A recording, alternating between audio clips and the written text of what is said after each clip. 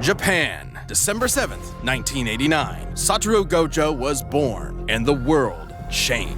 And in the world of Jujutsu Kaisen, invisible, cursed spirits born from negativity threaten humanity. So it's up to the Jujutsu sorcerers to do battle with them. And what better way to learn the trade than to sign up for Tokyo Jujutsu High? At this institution, a sorcerer will learn to harness their cursed energy, or the spiritual manifestation of intense emotion. It's like Ki, but if Ki desperately needed therapy. With it, sorcerers can boost their physicality and perform devastating curse techniques. Anything from voodoo dolls to swapping places with mere claps. And lucky for humanity, Satoru Gojo's the best sensei a sorcerer could ask for. Gojo isn't just the best, he's known as the strongest. His very birth forced the strength of curses to exponentially rise. Like witnessing a world record get broken, cursed society shifted to match the might of Gojo's presence. As a kid, Gojo knew he was the shit. He mastered the art of the riz, the hoops, and the curse murdering, all alongside Suguru Geto, his sorcerer BFF. Together, they planned on changing Jujutsu society for the better. And if anyone could do it, Gojo could. Thanks to his bloodline, he got one of the most busted anime powers ever, Limitless. Limitless grants Gojo a nigh-perfect defense by actualizing the very concept of infinity. It creates an infinite space around himself, stopping anything coming his way. The dude is literally untouchable. Kind of. Gojo tailored Limitless to automatically detect an object's mass and velocity.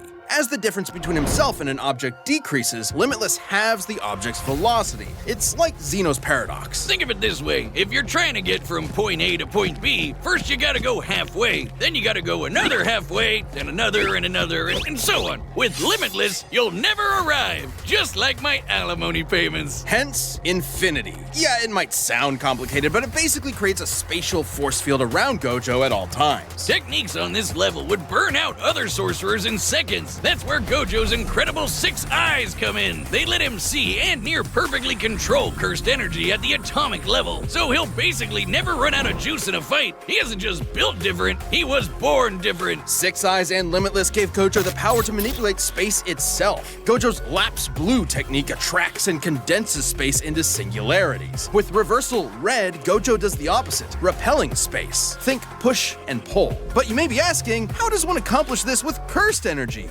With math! Curses! Exactly! Cursed energy is typically negative like with blue, but when multiplied by itself, negative cursed energy becomes positive, creating red. Oh, strawberry and blueberry. So, what happens when you combine a positive and a negative? Grape? 0!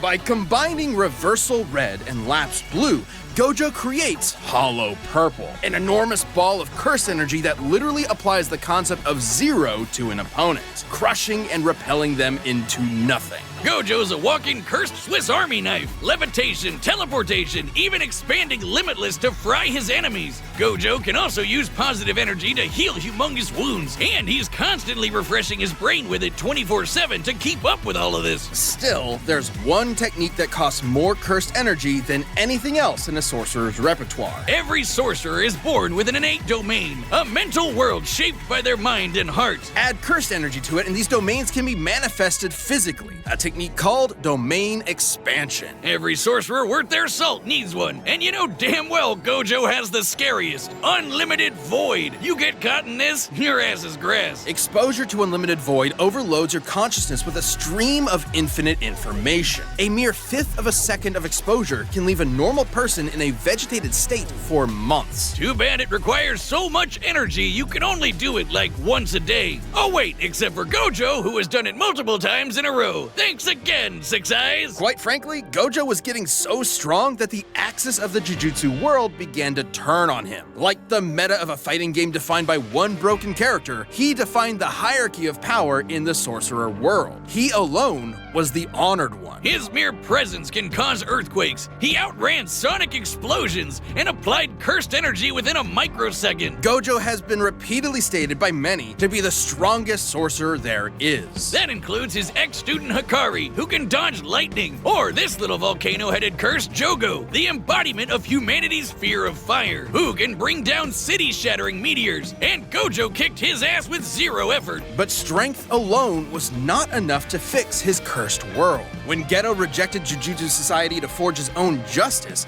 Gojo's philosophy changed. Instead of doing everything himself, he would teach a new generation of sorcerers to carry the torch when he could not. It's all about setting an example. If it means a world where his companions can stand shoulder to shoulder as equals, who cares if he's gotta show off a bit?